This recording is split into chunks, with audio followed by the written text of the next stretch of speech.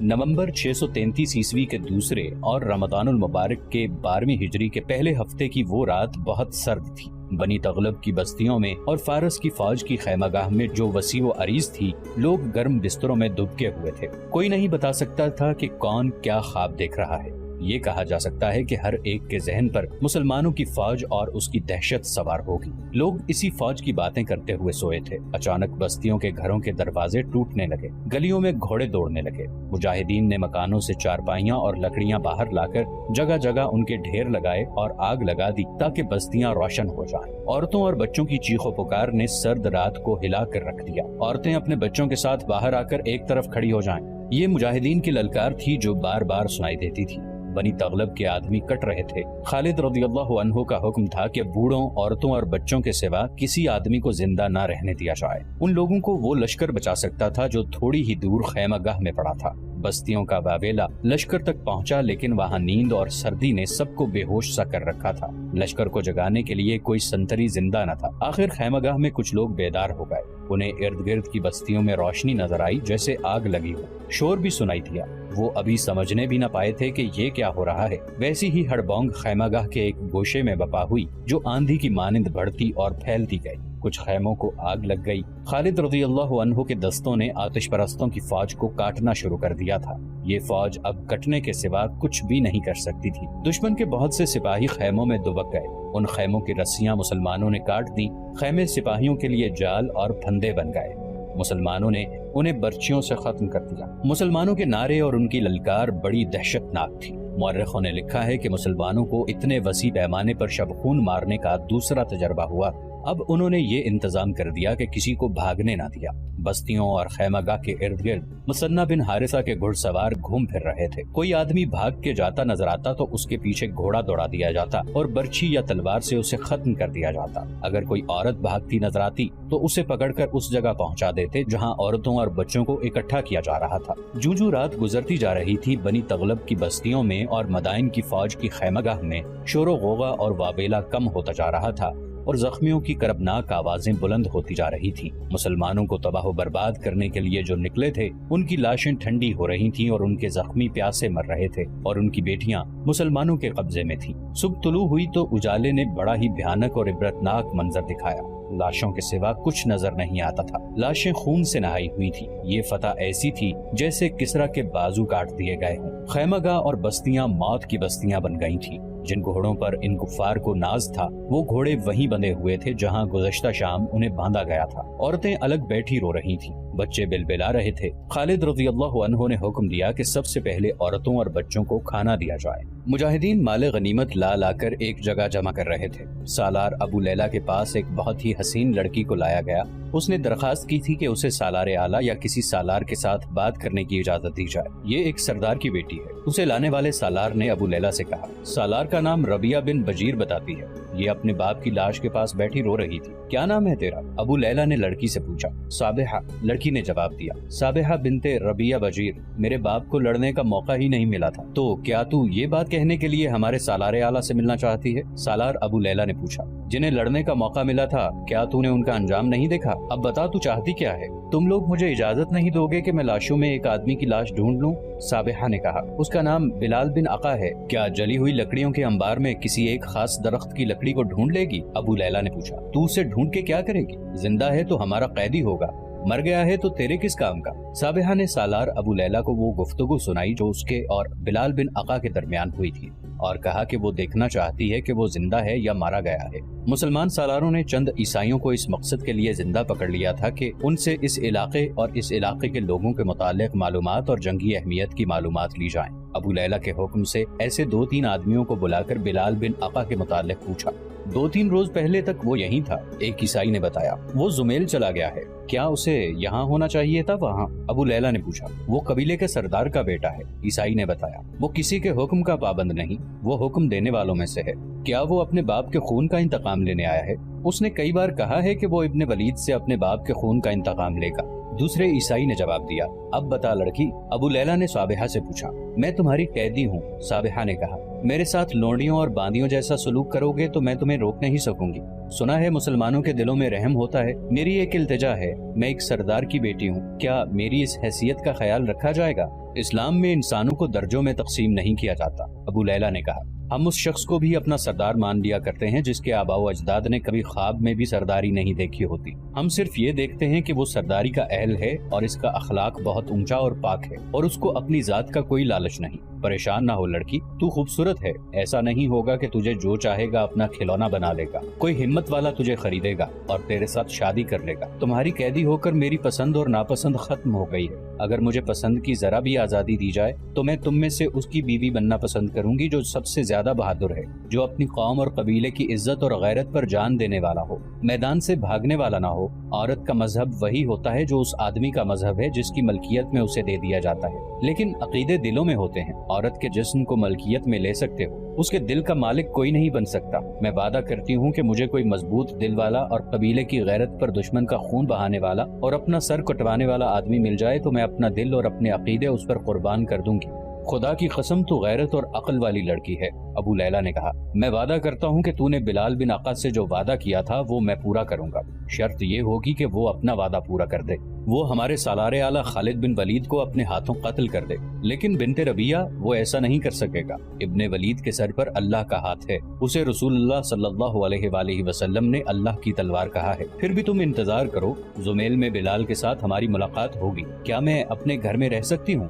کیا ہے اس گھر میں؟ ابو لیلا نے کہا، وہاں تیرے باپ بھائیوں اور محافظوں کی لاشوں کے سوا رہ ہی کیا گیا ہے؟ اپنے قبیلے کی عورتوں کے ساتھ رہ، کوئی تکلیف نہیں ہوگی تجھے۔ ہمارا کوئی آدمی کسی عورت کے قریب نہیں جائے گا۔ صابحہ بنت ربیہ بجیر رنجیدہ سی چال چلتی ہوئی ایک مجاہد کے ساتھ اس طرف چلی گئی جہاں عورتوں اور بچوں کو رکھا گیا تھا۔ اس کی رنجیدہ چال میں اور ملول چہرے پر تمکنت تھی، صاف پتہ چلتا تھا کہ وہ عام سے کردار کی لڑکی نہیں۔ ابن حارثہ خالد رضی اللہ عنہ نے فتح کی مسرت سے لبریز لہجے میں مثنی بن حارثہ سے کہا، کیا اللہ نے تیری ہر خواہش پوری نہیں کر دی؟ لا ریب لا ریب، مثنی بن حارثہ نے جوشیلے لہجے میں کہا، کفار کی آنے والی نسلیں کہیں گی کہ مسلمانوں نے ان کے آباء و اجداد پر بہت ظلم کیا تھا، اور ہماری نسلیں انہیں اپنے اللہ کا یہ فرمان سنائیں گی کہ جس پر ظلم ہوا وہ اگر ظالم پر ظلم کرے تو اس پر کوئی الزام نہیں۔ تو جانتا ہے ولید کے بیٹے، ان آتش پرستوں نے اور صلیب کے پجاریوں نے جو ظلم ہم پر توڑے ہیں تو نہیں جانتا، تو نے سنے ہیں، ہم نے سہے ہیں، اب یہ لوگ اللہ کی گرفت میں آ گئے ہیں۔ خالد رضی اللہ عنہ نے کہا، لیکن حارثہ کے بیٹے، میں ڈرتا ہوں تکبر اور غرور سے، دل میں بار بار یہ ارادہ آتا ہے حج پر جاؤں، میں خانہ کعبہ میں جا کر اللہ کا شکر ادا کروں گا، کیا اللہ مجھے یہ موقع دے گا کہ میں اپنا یہ ارادہ پورا کر سکوں؟ تو نے ارادہ کیا ہے تو اللہ تجھے ہمت بھی دے گا، موقع بھی پیدا کر دے گا۔ مثنی نے کہا، کچھ دیر بعد تمام سالار خالد رضی اللہ عنہ کے سامنے بیٹھے تھے اور خالد رضی اللہ عنہ انہیں بتا رہے تھے کہ اگلا ہدف زمیل ہے۔ جاسوسوں کو زمیل بھیج دیا گیا تھا۔ پہلے یوں ہوتا رہا ہے کہ ایک جگہ ہم حملہ کرتے تھے تو دشمن کے آدمی بھاگ کر کہیں اور اکٹھے ہو جاتے تھے۔ خالد رضی اللہ عنہ نے کہا، اب ہم نے کسی کو بھاگنے نہیں دیا، سنا سے شاید ہی کوئی بھاگ کر زمیل پہنچا ہو، لیکن زمیل خالی نہیں، وہاں بھی دشمن موجود ہے اور وہ بے خبر بھی نہیں ہوگا۔ کل رات زمیل کی طرف کوچ ہوگا اور اگلی رات وہاں اسی قسم کا شبخون مارا جائے گا۔ تاریخوں میں یہ نہیں لکھا کہ سنا میں خالد رضی اللہ عنہ نے کس سالار کو چھوڑا۔ سورج غروب ہوتے ہی مسلمانوں کا لشکر زمیل کی سمت کوچ کر گیا۔ ساری رات چلتے گزری، دن نشیبی جگہوں میں چھپ کر گزرا اور سورج کا سفر ختم ہوا تو مجاہدین اپنے ہدف کی طرف چل پڑے۔ زمیل میں بھی دشمن سویا ہوا تھا، سنتری بیدار تھے۔ یہاں بھی گشتی سنتریوں اور دیگر سنتریوں کو اسی طریقے سے ختم کیا گیا جو مزیح اور سنا وغیرہ میں آزمایا گیا تھا۔ مسلمانوں کی ترتیب وہی تھی، یعنی ان کا لشکر 3 حصوں میں تقسیم تھا۔ یہ شبخون بھی پوری طرح کامیاب رہا۔ مورخ لکھتے ہیں کہ کسی ایک بھی آدمی کو زندہ نہ نکلنے دیا گیا۔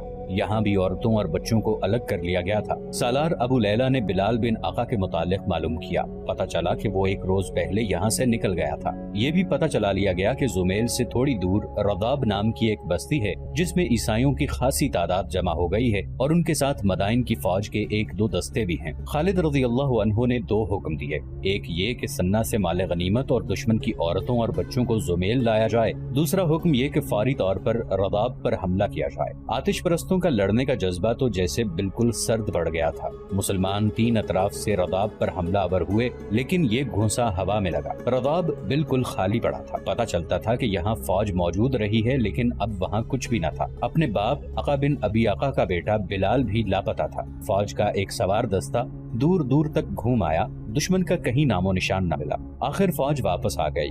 سنا کی عورتیں زمیل لائی جا چکی تھی، مال غنیمت بھی آ گیا۔ خالد رضی اللہ عنہ نے خلافت مدینہ کا حصہ الگ کر کے باقی مجاہدین میں تقسیم کر دیا۔ ابو لیلہ نے صابحہ کو بلایا۔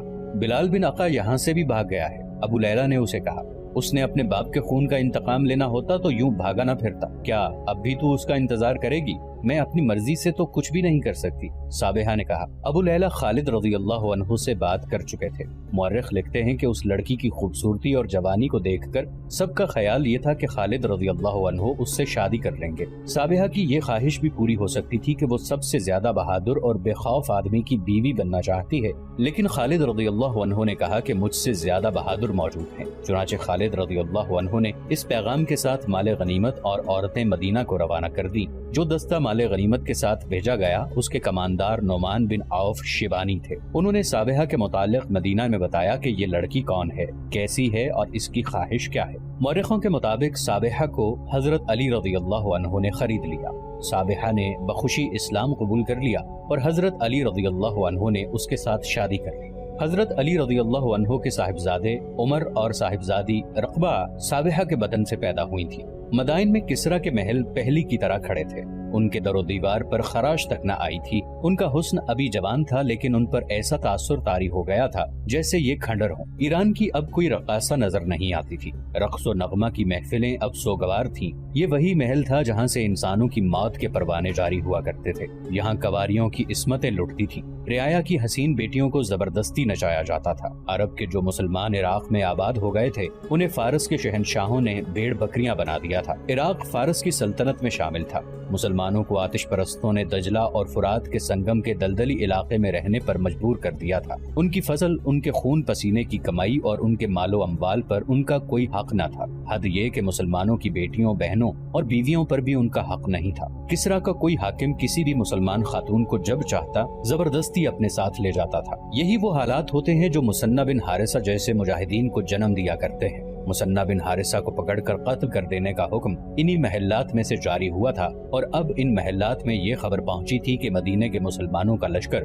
فارس کی سرحد میں داخل ہو گیا ہے، تو یہاں سے فرعونوں جیسی آوازیں اٹھی تھیں کہ عرب کے ان بدوؤں کو یہ جرت کیسے ہوئی۔ تھوڑا ہی عرصہ گزرا تھا کہ فرعونوں کے ان محلات میں موت کا سناٹا طاری تھا۔ ان کا کوئی سالار مسلمانوں کے سامنے نہیں ٹھہر سکا تھا۔ نامی گرامی سالار مارے گئے تھے اور جو بچ گئے تھے وہ بھاگے بھاگے پھر رہے تھے۔ مدائن کو بچاؤ۔ اب کسرا کے محلات سے بار بار یہی آواز اٹھتی تھی، مدائن مسلمانوں کا قبرستان بنے گا۔ یہ آواز ہارے ہوئے سالاروں کی تھی۔ وہ مدائن پر حملے کی جرت نہیں کریں گے۔ کیا تم اب بھی اپنے آپ کو دھوکا دے رہے ہو؟ کسرا کا جانشین کہہ رہا تھا۔ کیا وہ مدائن تک آنے کی جرت نہیں کریں گے جنہوں نے چند دنوں میں 4 میدان اس طرح مار لیے ہیں کہ ہماری تجربہ کار فوج کو ختم کر ڈالا ہے؟ ہماری فوج میں رہ کیا گیا ہے؟ ڈرے ہوئے شکست خوردہ سالار اور اناڑی نوجوان سپاہی، کیا کوئی عیسائی زندہ رہ گیا ہے؟ مدائن کو بچاؤ۔ خالد رضی اللہ عنہ کی منزل مدائن ہی تھی۔ مدائن فارس کی شہنشاہی کا دل تھا، لیکن مدائن پر شبخون نہیں مارا جا سکتا تھا۔ خالد رضی اللہ عنہ جانتے تھے کہ مدائن کو بچانے کے لیے کسرا ساری جنگی طاقت داؤ پر لگا دیں گے، اور خالد رضی اللہ عنہ یہ بھی جانتے تھے کہ غیر مسلموں، خصوصاً عیسائیوں کے چھوٹے چھوٹے قبیلے ہیں جو کسی لڑائی میں شریک نہیں ہوئے۔ خطرہ تھا کہ آتش پرست ان قبیلوں کو اپنے ساتھ ملا لیں گے اور مدائن کے ارد گرد انسانوں کی بڑی مضبوط دیوار کھڑی ہو جائے گی۔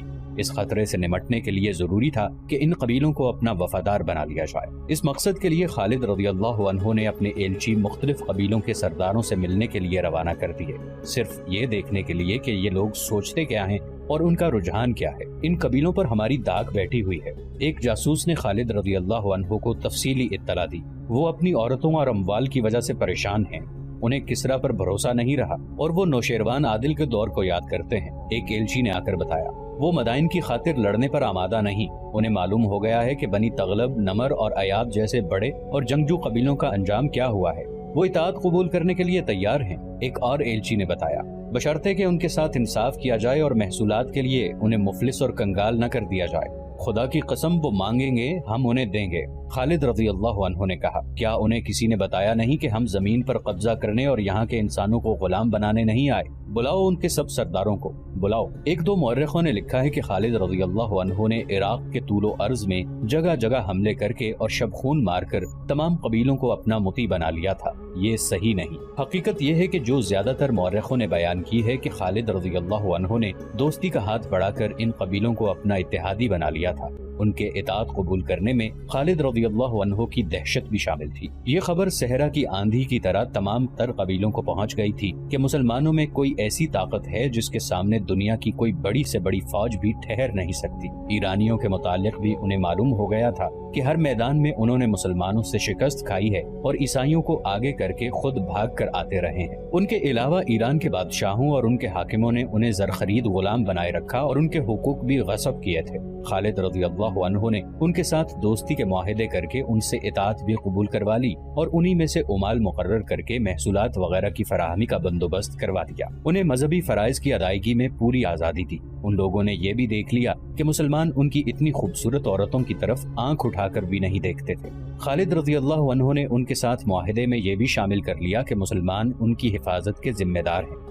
ولید کے بیٹے ایک قبیلے کے بوڑھے سردار نے خالد رضی اللہ عنہ سے کہا تھا، نوشیروان عادل کے دور میں ایسا ہی انصاف تھا، یہ ہمیں بڑی لمبی مدت کے بعد نصیب ہوا ہے۔ خالد رضی اللہ عنہ نے دریائے فرات کے ساتھ ساتھ شمال کی طرف پیش قدمی شروع کر دی۔ آگے عراق یعنی فارس کے زیر نگین کی سرحد ختم ہوتی اور رومیوں کی سلطنت شروع ہوتی تھی۔ شام پر رومیوں کا قبضہ تھا۔ خالد رضی اللہ عنہ نے بڑے خطرے مول لیے تھے، مگر یہ خطرہ جس میں وہ جا رہے تھے سب سے بڑا تھا اور مسلمانوں کی فتوحات پر پانی پھیر سکتا تھا۔ یوں معلوم ہوتا تھا جیسے یکے بعد دیگرے اتنی زیادہ فتوحات نے خالد رضی اللہ عنہ کا دماغ خراب کر دیا ہے، لیکن ایسا نہیں تھا۔ مورخوں نے لکھا ہے کہ خالد رضی اللہ عنہ حقائق کا جائزہ لے کر سوچتے تھے، ان کا کوئی قدم بلا سوچے نہیں اٹھتا تھا۔ خدا کی قسم ہم نے مدینہ کو زرتشت کے پجاریوں سے محفوظ کر لیا ہے، خالد رضی اللہ عنہ نے اپنے سالاروں سے کہا۔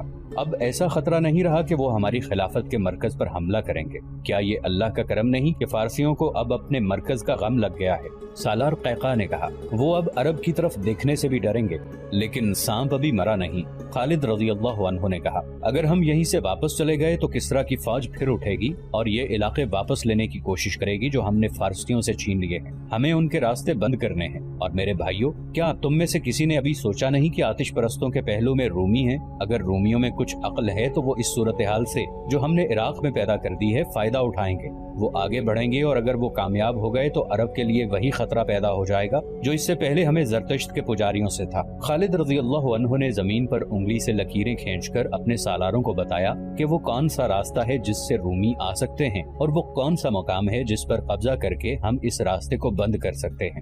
وہ مقام فراز تھا۔ یہ شہر فرات کے مغربی کنارے پر واقع تھا۔ وہاں پر رومیوں اور فارسیوں کی یعنی شام اور عراق کی سرحدیں ملتی تھیں۔ عراق کے زیادہ تر علاقے پر اب مسلمان قابض ہو گئے تھے۔ یہی علاقے خطرے میں تھے۔ فرات سے خشکی کے راستے کے علاوہ رومی یا فارسی دریائی راستہ بھی اختیار کر سکتے تھے۔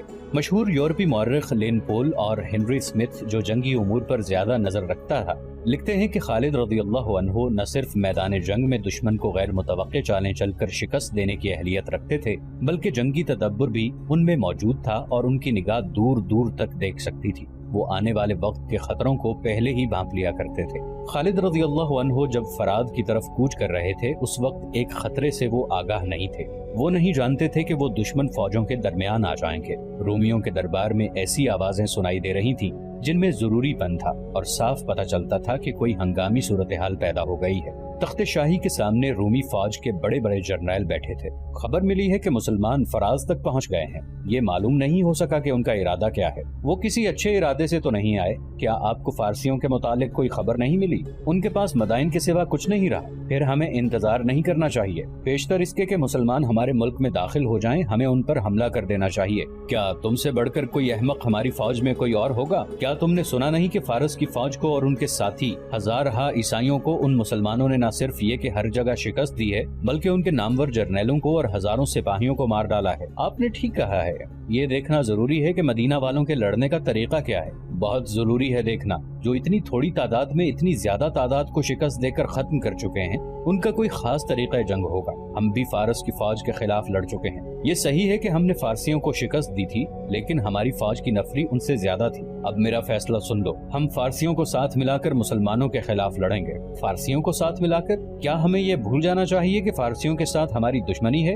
ہماری آپس میں جنگیں ہو چکی ہیں۔ ہاں، ہمیں بھول جانا چاہیے۔ مسلمان ان کے اور ہمارے مشترکہ دشمن ہیں۔ ایسے دشمن کو شکست دینے کے لیے اپنے دشمن کو دوست بنا لینا دانش مندی ہوتی ہے۔ ہم فارسیوں کی طرح شکست نہیں کھانا چاہتے۔ اگر فارسی ہمارے ساتھ دوستی کا معاہدہ کر لیتے ہیں تو ان کے ساتھ عیسائی قبیلے بھی آ جائیں گے۔ اس فیصلے کے مطابق رومیوں کا ایلچی دوستی کا پیغام لے کر مدائن گیا تو آتش پرستوں نے بازو پھیلا کر ایلچی کا استقبال کیا۔ تحائف کا تبادلہ ہوا اور ایلچی کے ساتھ معاہدے کی شرطیں طے ہو گئیں۔